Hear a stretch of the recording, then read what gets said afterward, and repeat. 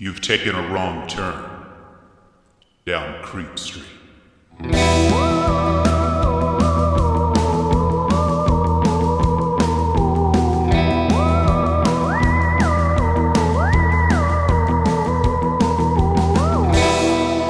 Citizens of the Milky Way, my name is Dylan Hackworth. I'm Maureen Bogey. And this is Creep Street, as always up top. Follow us on Facebook and Instagram at Creep Street Podcast, Twitter at Creep Street Pod. On our Facebook, within our Facebook page, there's another page. It's a little fan page called Citizens of the Milky Way, a Creep Street fan page. Everyone is also welcome to that. That's where we interact with everybody. We post articles we like, memes. People post stories and memes, and it's a blast. It's a great way for us to hang out. If you go on our Facebook page, you'll see that other page, Citizens of the Milky Way. Just click there. Just ask to be let in, and one of us will let you in. But that's open for everybody. That's right. And of course, we have a Patreon. We sure do. If you want to support this show and get all sorts of extra goodies, go to patreon.com/Creep Street Podcast. And right now, I have a one-time shout out to a very special guy. Okay, let's hear it. This shout out is for the 24-karat killer, Cody Grant. Ooh, baby. That's right. And welcome to the Patreon squad. Welcome to the Patreon squad, Cody. We are so happy to have you. Enjoy all the bonus stuff. Welcome to the Discord. Really nice guy. We chatted with him a bit in the Discord. Oh, really yeah, cool guy. And of course, let's read off the people at our top level Patreon tier, the Creep Street connoisseurs. Of course, the Dream, James Watkins. The Finnish Face, Via Alumfist. The Madman, Marcus Hall.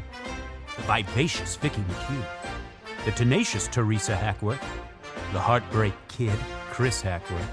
The Oh-So-Suave, Sean Richardson. The British Bonebreaker, Bex Martin. The Notorious, Nicholas Barker. The Terrifying, Taylor Lashmet. The Count of Cool, Cameron Corliss. And a newcomer, the Archduke of Attitude, Adam Archer. Archduke, thank you so much for also joining the Patreon squad. Thank you so much. Obviously, if you want what these people want, if you want to hear your name... If you want what they have. If you want what they have, if you want to hear your name uttered from these lips, from these two sets of gorgeous lips. And you want that. And you want all sorts of extra bonus content, go to patreon.com/Creep Street Podcast. But you know what? I've gone on long enough. Let's hop to it. Let's hop to it, because you know what, Maureen? The people have spoken. They have. The residents of Creep Street have spoken. They have said, we want a cryptid. We want one. You promised when you started this thing. Right. You'd be talking about cryptids. What are cryptids? Your Bigfoots, your Jersey Devils, your Tokoloshis. Your Tokoloshis, cryptids. I guess we have done a Tokoloshi. Was technically our first cryptid. But people are like, we want more. More. That's right. And God damn it, if there's any people who know what it's like to want more, like us with those 5-star reviews, I'm insatiable. Oh my God, we love them. It just gives us strength. It literally gives us energy to go on throughout the day. It's like calories for us. Like we need them. We are talking about one of the baddest beasts in the pantheon of cryptids. Mm-hmm. Maureen, what are we talking about? We're talking about the baddest MFer this side of the Mississippi, nay, the Loch Ness. Woo! Today we are talking about the Loch Ness Monster. That's right, Nessie, right. Come on home, baby. That's right, a.k.a. Loch-NASTY. Loch-NASTY. Hashtag Loch-NASTY. Let's see if we can get that trending. Hashtag Loch-NASTY. Yeah, feel free. Whatever you guys want to do about it. If it's a picture of Nessie, or if it's just a picture of you. Yeah. I almost want to name the episode Loch-NASTY, but I want people to know we're talking about the Loch Ness Monster. Right. When the Romans first came to northern Scotland in the 1st century AD, they found the highlands occupied by fierce, tattoo-covered tribes they called the Picts, or Painted People. From the carved standing stones still found in the region around Loch Ness, it is clear the Picts were fascinated by animals and careful to render them with great fidelity. All the animals depicted on the Pictish stones are lifelike and easily recognizable, all but one. The exception is a strange beast, with an elongated beak or muzzle, a head, locket, or spout, and flippers instead of feet. Described by some scholars as a swimming elephant, the Pictish beast is the earliest known evidence for an idea that has held sway in the Scottish Highlands for at least 1,500 years, that Loch Ness is home to a mysterious aquatic animal, Stephen Lyons. So there you go. This is Wow. to set the scene of what we're doing today. Loch Ness has been an area that has been mysterious Yeah. and interesting and a little maybe even spooky scary for Yeah. years and years and years. Literally going back, as I said, at least 1,500 years. Right. Well, and it's also what I've discovered with this legend is it's not always about what's in the water. Right. Sometimes it's about what was happening around Loch Ness. That's right. Sometimes it's about how we interact with the loch. Absolutely. You know? I mean, I don't know. But Loch Ness is a very interesting place regardless of Nessie. Right. It is made from glaciers that melted after the last ice age, so the water is very murky, and it being Scotland, rain and fog are very common. The water is also very murky because there is a high peat content in the surrounding soil. So oh, interesting. Okay. it makes sense that this area would be a little bit shrouded in mystery because it's one of those places where it is absolutely stunning. The pictures of Loch Ness look beautiful. I can't wait for us to go one day. Yeah. But, you know, like I was saying, the visibility isn't Right. super clear all the time, you know? So it makes sense that this place has that atmosphere to it. And it's as we will know, you know, it was also because of that, it drew a lot of people there who were looking for that. A lot of famous people in history who we've covered, haven't covered. That's right. Aleister Crowley, who we'll get to, Yeah. was drawn to this place. It's not just talking the talk; it's walking the walk. Exactly, baby. It's the whole damn tang. So Loch Ness is a very, very deep freshwater lake.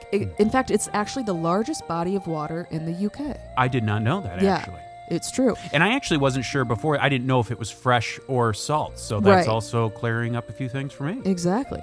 It's a very long lake. It's like almost, I believe it's, you know, over 22 miles. Goodness. It is about 1.5 miles wide. So it's kind of the opposite of a chode, you know, very Right. long and thin. What really makes Loch Ness stand out compared to all of the other lochs or lakes in the UK is its depth. It is so much deeper than a lot of other lakes in the area. In fact, in some places it is about 745 feet deep.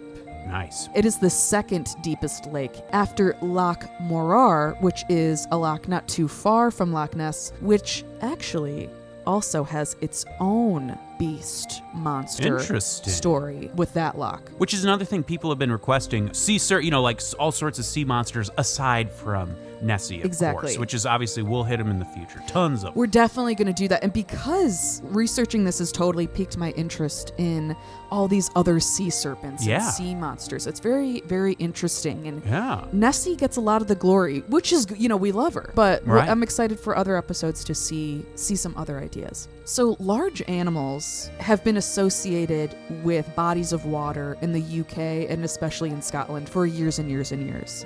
And not just Nessie or a quote-unquote Loch Ness Monster, but there's lots of different things like kelpies, which are kind of like water horses. Right. Which is also interesting because sometimes Nessie is referred to as a water horse, but that's not what this is necessarily. Water kelpies were said to have magical powers, and sometimes they would even have malevolent intentions, where they would trick children to come into the water, and then all that would wash ashore days later would be the livers Right. of the children. So that wasn't, once again, like I said, that isn't attributed to Nessie, but it's just the type of idea that Right. there has been mystery and intrigue and fear kind of associated with this loch for a long time. The man that is most often attributed as being the first to really bring light onto the Loch Ness Monster was Saint Columba. And Saint Columba was a missionary from Ireland coming over to Scotland to spread the word of God And in 565 AD, St. Columba was on his way to visit a Pictish king when he stopped along the shore of Loch Ness, where a man was being attacked by some kind of water beast in the water. The story goes that St. Columba did the sign of the cross and said to the monster, "Go back with all speed." and that the monster complied, listened to St. Columba, and the swimmer was saved. So what's interesting about that wasn't recorded at the time. It was recorded 100 years later after this said incident. So that story was known for sure, but it was more so known and more popular kind of just within Scotland and within the area. Of course, people knew about it in other areas, Right. but it wasn't super popular. But in the 1800s, things kind of got stirred up again, literally, actually, because travel was increasing through Loch Ness. There was like a whole situation where a canal was made so that there was easier travel to go through Loch Ness from other areas from north to south. But with this, there was more water travel, and the sightings of some sort of beast or some sort of unknown animal in the loch continued to rise. Right. Some of this can be attributed to books like The Lost World and Journey to the Center of the Earth that were popular at the time, which were kind of about finding this lost, secretive world where life from ancient times or times thought to be long ago or long forgotten are held and are maintained in this area. Very similar to the concept of hollow earth theory. Yes. The story really got popping off in the 1930s, especially in 1933 when a new road was completed along the side of the loch, which offered a very clear view of the north side of the loch. One afternoon, there was a local couple that were driving along the road when they saw something in the water that they could not quite explain. They said it was an enormous animal rolling and plunging on the surface. They were interviewed by the Inverness Courier, which is the area right by Loch Ness, which is where Ness gets its name, Inverness. I believe that's how you say it. Here is an excerpt from the Courier. The creature disported itself, rolling and plunging for fully a minute, its body resembling that of a whale, and the water cascading and churning like a simmering cauldron. Soon, however, it disappeared in a boiling mass of foam. Both onlookers confessed that there was something uncanny about the whole thing, for they realized that there was no ordinary denizen of the depths because, apart from its enormous size, the beast, in taking the final plunge, sent out waves that were big enough to have been caused by a passing steamer, the Inverness Courier. So that was the big sighting that really kind of blew the top off of this thing. People started kind of from all over were interested in this, especially not long after this sighting. There was another sighting where a different couple said they saw a beast crossing the road near Loch Ness. I mean, it's like a classic joke. Why did the Loch Ness Monster cross the road to get to the other freaking side, my guys? Right. But honestly, though, I do have to wonder, like, why was it crossing the road? Like, wouldn't it want to just stay in the dang lake? But what can you do? Right. But after this, it really blew up. Lots of London newspapers were sending people correspondence up to Scotland. A British circus even offered a reward to catch the beast. There were just so many different hunters or nature enthusiasts that were just flocking up to Loch Ness to see if they could find anything or see what was actually going on in the loch. Right. In December of 1933, the London Daily Mail,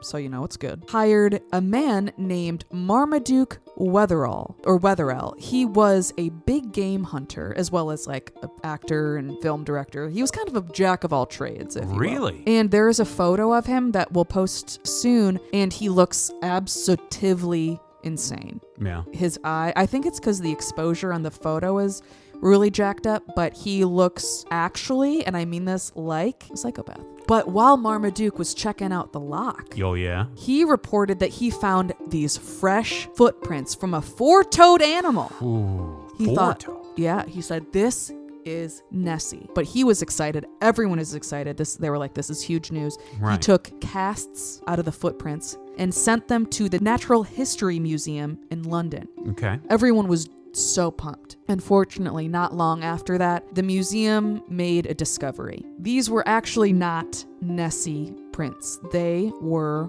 rhinoceros footprints. You may be asking yourself, Maureen, why are you brushing over that? That's just as fucking weird. Right, a rhinoceros in Scotland. Right. As if there was a Nessie. But here's the thing. People were fucked up. And I guess they still are, and people would do things like this, but it was actually a taxidermied rhinoceros foot that were used as umbrella holders and ashtrays at the time. Very strange. It wasn't clear if this was a hoax perpetrated by Marmaduke or if he fell for the hoax himself as well. That was kind of one of the first times that really it kind of let the air out of the whole thing. Okay. But in 1934, though, something very interesting happened. There was a photo taken of the Loch Ness Monster, and it was released. And it has kind of been known as the quintessential Nessie photo. You probably have seen it. It's just that photo of the water with a very clear kind of neck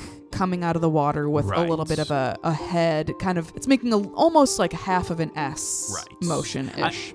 You'll know exactly what it is when you say, I'm sure we'll yeah. post it. You've probably seen it even if you didn't realize that was what it was when you saw it. Exactly, yes. A man named Colonel Robert Wilson, he was a very respected surgeon. He released this photograph and allowed it to be published. However, he was left anonymous at the time because he didn't really want to for sure be connected to this thing for fear of what it might do to his reputation. However, it was thought to be pretty reliable though, because it was known as the surgeon's photograph. Everyone was like, oh, we don't know this guy's name, but we know he's a doctor. A surgeon is the one that took this photograph. So people took it seriously. They had a lot of respect for this guy. Even though they didn't know who he was, they were like, why would a surgeon do this? People kind of believed it. And later, the man, Colonel Robert Wilson, did come forward and release his name. But for a long time, it was only known as the surgeon's photograph, and that's what it's still called to this day. Photograph. However, years later, that was proven to be a hoax as well. Remember Marmaduke, our guy? How could you forget? Oh, yeah. His name's fucking Marmaduke. Well, he was not happy with the way things went with that whole rhino foot situation. And he and his son and stepson made this photograph. They used wood putty and a little toy submarine to build this thing.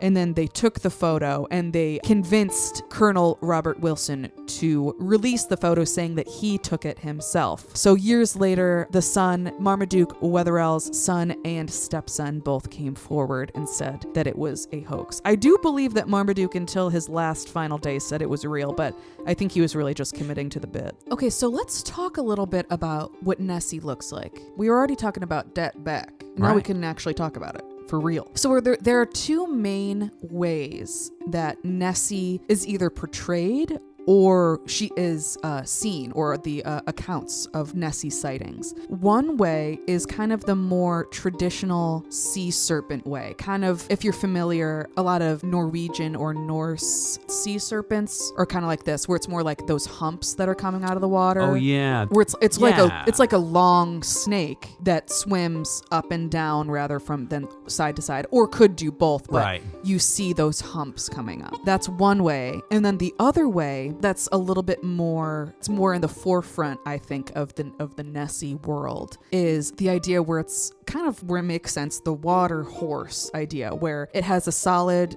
torso with 4 flippers or fins, and then the long neck that comes, that can come out of the water. This actually looks very similar to a plesiosaur. Or a plesiosaurus. I believe it's plesiosaur, which is old-time dinosaur, and that is actually a theory about what Nessie is. Right. That Nessie is either a dinosaur, a plesiosaur that has somehow survived this whole time, or is an animal that has evolved and has not been discovered yet. And this is such a cool idea. I think all of us want this to be the truth because, especially because of, things like Jurassic Park and things like that. Like that's just so exciting. You're like, oh my gosh, there's a dinosaur here. So that's so cool to think about. And it's also funny because in the movie King Kong, the original going back, that movie came out just a very, very short time, like I think just a few weeks before some of the first Nessie sightings. The one of that I said, that couple where they were driving and they saw like the thrashing in the water. King Kong came out before then, and in that movie there is a kind of brontosaurus looking dinosaur that comes out of the water, and it looks just like how we think Nessie looks like, except it's a brontosaurus, so it has like the feet rather than fins and it can walk, but it comes out of the water and it's chasing a man up a tree and then killing him in his jaws. It makes sense, that kind of idea of a dinosaur being able to come out of the water and looking that certain way. It makes sense that that's kind of how the public image of Nessie kind of came to be. But many people, when they have Nessie sightings, which is interesting, sometimes they'll kind of say at the same time it's both, where it has the sea serpent kind of humps, but then they also will see the head. Or sometimes they'll say that Nessie looks a little bit more crocodilian kind of vibe, which does make sense a little bit with this dinosaur kind of idea. This idea is so exciting, and I think, like I said, I want this to be true. However, it seems like that is really not the case.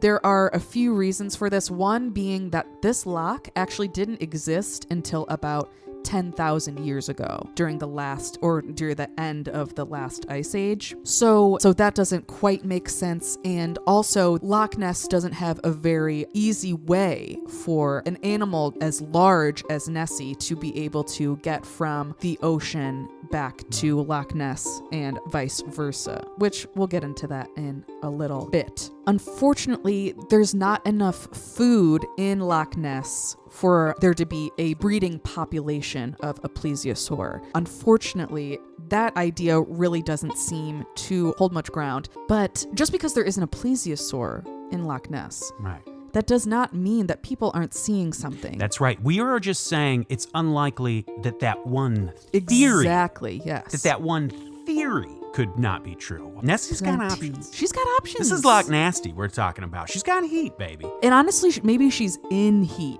You know what I mean? Maybe she's ready to go. Yeah. She's good to go. Because there have been lots of sightings of her, obviously, as we've said, but here are a couple that I think are good to talk about. One is in 1943, a Royal Navy vessel collided with something in the water. Jesus. The boat's commander himself described it as a very large animal and a living creature. Now, this is a boat commander for the Royal Navy. This person clearly spends so much of his time on the water, sees things all the time. These people, this man isn't going to get a log confused. Right. You know what I mean? So he's not running over a sandbar thinking it's a dinosaur. Exactly. So that's very strange. Also, in 1978, there was a family going on just a little ride around the loch. They rented a boat. It was a nice, lovely day. They weren't going very fast, I believe, and their boat slammed into a big creature, and the propeller was so damaged that it broke. The grandfather was on the boat with them, with the family, and he looked down at the propeller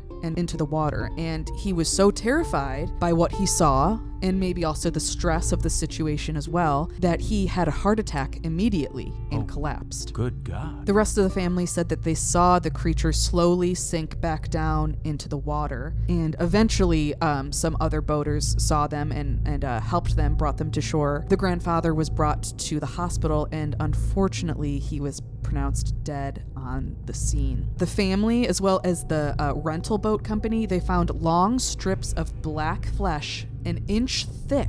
Jesus. On the propellers. Whoa. Unfortunately, and it was actual biological, so it was of a living animal, from a living organism. Exactly.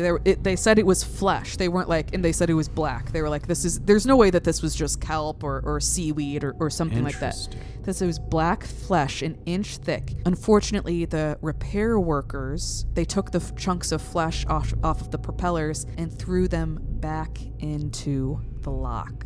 So any sort of physical evidence from that encounter was lost. But clearly something happened. I mean, the grandfather dying, of course, is very sad. Right. And, I know that it's very possible that it was just the stress of this situation that maybe caused the heart attack and, who knows what other health issues he had. So but like we're saying, that doesn't prove anything, but it really adds something to it. Like, this was a very intense situation and their boat actually did break. Exactly. The propeller did break. So what was that? Absolutely. And like we said before, Nessie is not alone. There are lots of different sea monster legends or beliefs and sightings. And one that is very similar is in Lake Champlain in Vermont.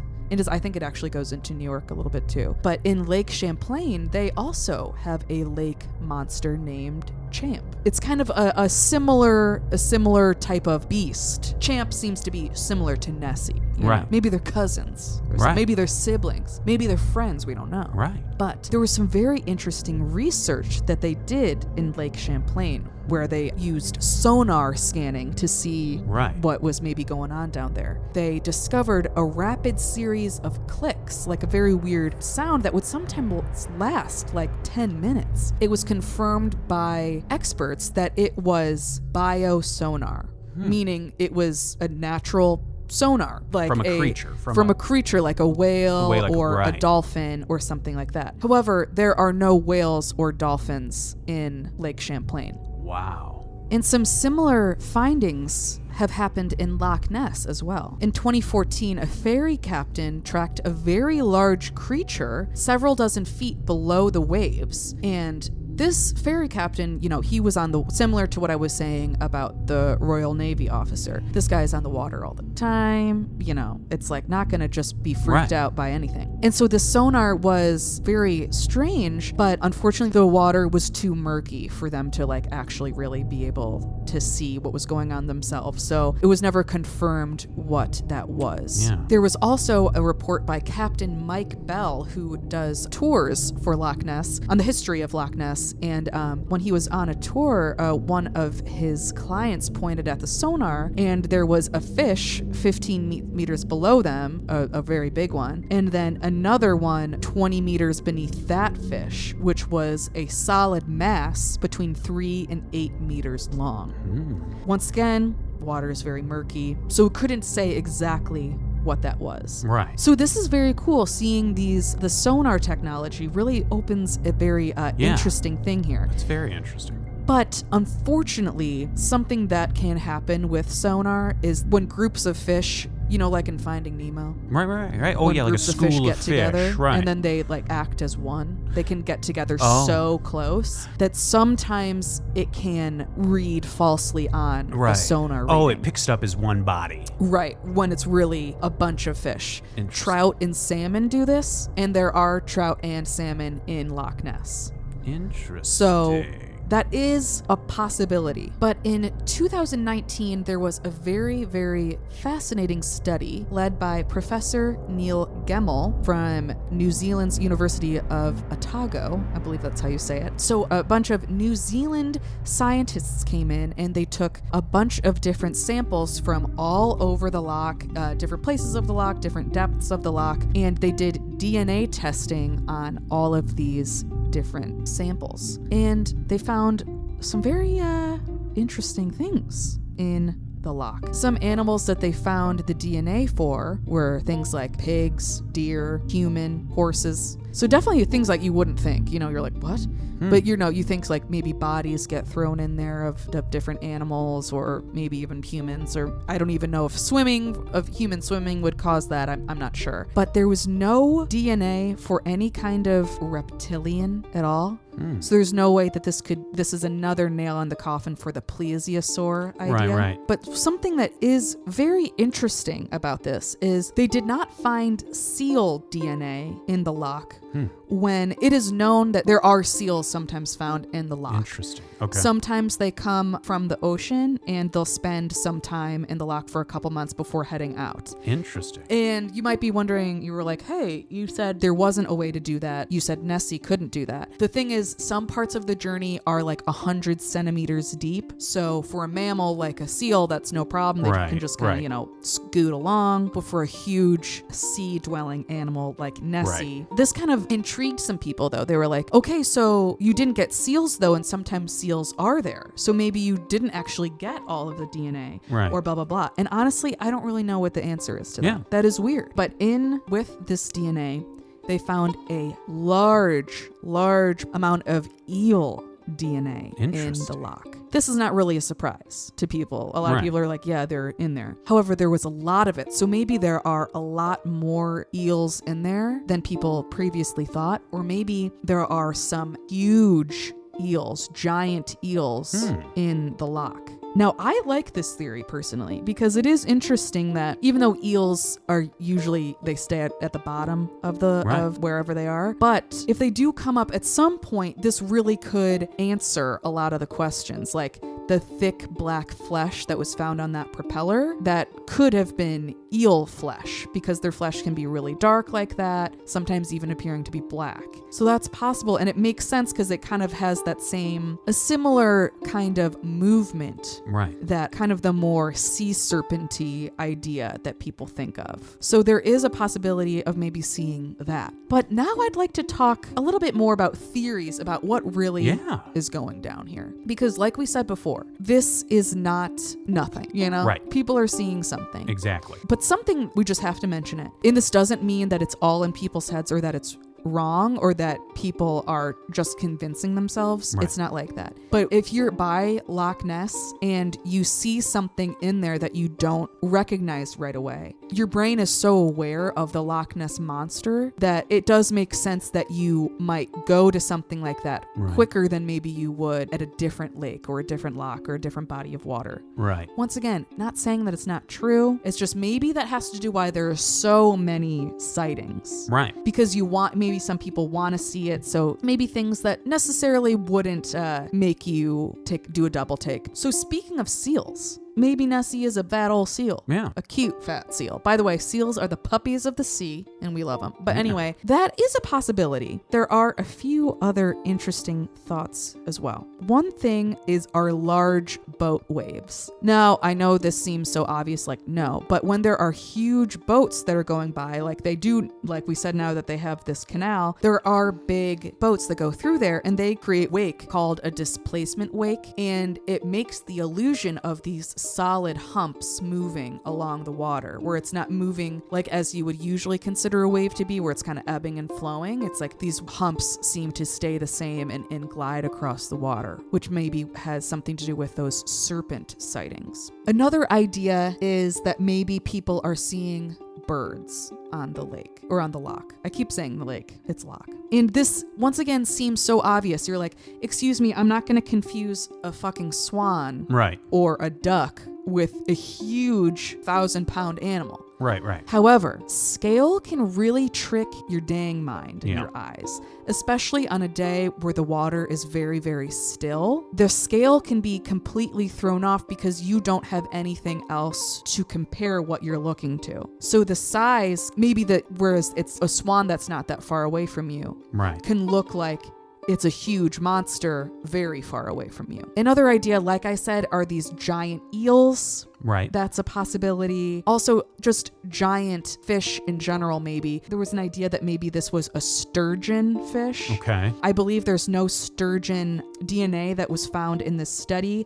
However, there could be big salmon, things like that, where if they're moving around, or once again, kind of the same idea with the scale can kind of trick you there. Oh yeah, another idea is that maybe they are logs that have fallen into the water. Once again, this seems like, how could you get that confused? But there is actually a really good diagram that I saw of this, of how the log would be floating in the water and how much it would be underwater and how much it would be out of the water. And it actually is very interesting, and you could kind of see how that could create an illusion. So we'll post that on our social media as well, because it actually makes it seem more sense than being like, what do you mean I could confuse a log for this? Now, another theory, this one is so bizarre. And I have not seen it very often, but I love this idea that these sightings are actually swimming elephants. It sounds strange. But you guys, let's talk about it. Okay, so clearly this would not be for current sightings of Nessie. Right. But back in the day, they had these traveling circuses going all around. And there were circuses that were not far from Loch Ness. It is possible that maybe these circuses opened up the train cars a little bit to give the animals a little bit of a time to stretch their legs. It's possible that maybe some elephants were swimming, and that was maybe some previous sightings around the 30s or earlier, possibly. If you look at that original photo, the surgeon's photo, Yeah. if you look at it now like that's a trunk, like Yeah. the trunk of an elephant, it does look like It that. looks, especially too, when you think about elephants swimming, elephants are my favorite animal. So maybe you guys don't think about elephants swimming a lot, but I do. And their back and their head stick out too, like a little bit of where their spine curves. So it'd give the hump. And then the top of their head. So it's two humps, and then their trunk is out of the water. Wow. I mean, it really looks exactly like these sightings that people would say where they were like, no, I see the head like the plesiosaur, but then I see the humps like the Norse serpent. Right. And that's exactly what this would be. I just think that is so weird. And it's similar to kind of like the rhinoceros prints on the sand, where you're like, this is even weirder than there being Right. an ancient dinosaur living in here. Like, Exactly. it's just so bizarre. So like I said, this would not account for many of the sightings, but some of the sightings it could possibly be. And I think that is a lot of maybe what has to do with the mystery of this, is that people are seeing lots of different things. They're not seeing all one Nessie. Right. They're seeing lots of different things, and I think maybe that is where things can get a little confusing. People in Scotland, I don't want to paint with a broad brush here, but people in Scotland really take this seriously. Yeah. They are like leaning in to this. They even have a protocol for what would happen if Nessie is ever caught. Okay. It is written that it will be a catch and release situation where they will get some DNA samples and then they will let Nessie back into the water. And there was also a Conservation of Wild Creatures and Wild Plants Act of 1975. And in this, they actually include Nessie in case she is ever found. Wow. To be a part of this Conservation Act, Absolutely. they had to have a common name and a scientific name. So they gave a scientific name for Nessie. And I know I'm saying this wrong, but I believe it's Nessiteras rhombopteryx. Or something insane. Interesting. Nessie, you got it, Ness, or Ness, Right. you understand, coming from Ness. And then Teras, which comes from the Greek meaning marvel or wonder, which often has to do with monsters. So the name roughly translates to the Ness monster with diamond fin, because their fins are kind of in the shape of a diamond. Very nice. And there is a man named Gary Campbell who is the keeper of the register of Nessie sightings. He says that there is an average of at least 10 reports a year of something unexplained being spotted in the loch's Wow. waters. So this mystery has been living on in Scotland for 1,500 years. Interesting. And it's still going strong. What is in the loch? I don't know. I think it's something. I think something is going on in there, and kind of similar to Bigfoot, which of course we'll do at least one episode on in the future. There are also ideas that maybe Nessie's kind of an interdimensional being. Maybe she's there sometimes and sometimes she's not. She travels through either consciously or either purposely or accidentally. She's traveling through space-time and going through these different dimensions, and that's why it's so hard for us to really get a firm grasp on where she is and what she is. I don't know. Let us know what you think and who you think Nessie is. But just what Nessie is and who Nessie is not the only thing that is fascinating about this gal. That's right. Dylan, take it away. Well, there is another theory we haven't touched upon. You see, on the southeast side of Loch Ness, you'll find a mansion known as Boleskine House. And Boleskine House has had some pretty interesting owners, Oh, it sure has. including Aleister Crowley and Jimmy Page of Led Zeppelin. I mean, we need to go and buy it. But it is known Aleister Crowley, when he owned this house from 1899 to 1913, he used it as a place for ritual. That's right. He was a famous occultist. There was one ritual in particular which took, I think it was over a year to execute, but you would have to, the whole thing was he was attempting to summon a demon. Well, ever since then, Boleskine House, people have reported strange things in Boleskine House, but it's also been theorized that Nessie was a conjuration of Aleister Crowley. I mean, that she's the product of black magic. I mean, doesn't that make sense though? I mean, there's been this legend and all of this energy poured into this idea for so long, and then the great Aleister Crowley himself is able to conjure this into reality. I mean, I don't know. I mean, is there a better place to access the unknown and the mysterious than Loch Ness? I don't think so. I mean, the place is just begging to be full of, dang spells and shit. Citizens of the Milky Way, that's gonna wrap us up for the Loch Ness Monster. Thank you so much for listening. And of course, in classic Maureen fashion, I forgot to list my sources at the beginning of the episode, so I'll just list them now. There was a bunch of sources that I used. Please YouTube Loch Ness. There's so many fun videos on there that you'll enjoy, but my main sources were a PBS article called The Legend of Loch Ness by Stephen Lyons, a Newsweek article called Loch Ness Monster Proof by Andrew Wallen, and a article from Britannica called Loch Ness Monster Legendary Creature by Amy Tikkanen. And thank you so much to those sources. I hope you all enjoyed this story. If there's another sea monster or sea serpent or anything like that, please let us know, and we'll be sure to do that one soon. Maureen, thank you for all of that hard work. It's my pleasure. Citizens of the Milky Way, I'm Dylan Hackworth. I'm Maureen Bogey. Good night and goodbye. Bye now.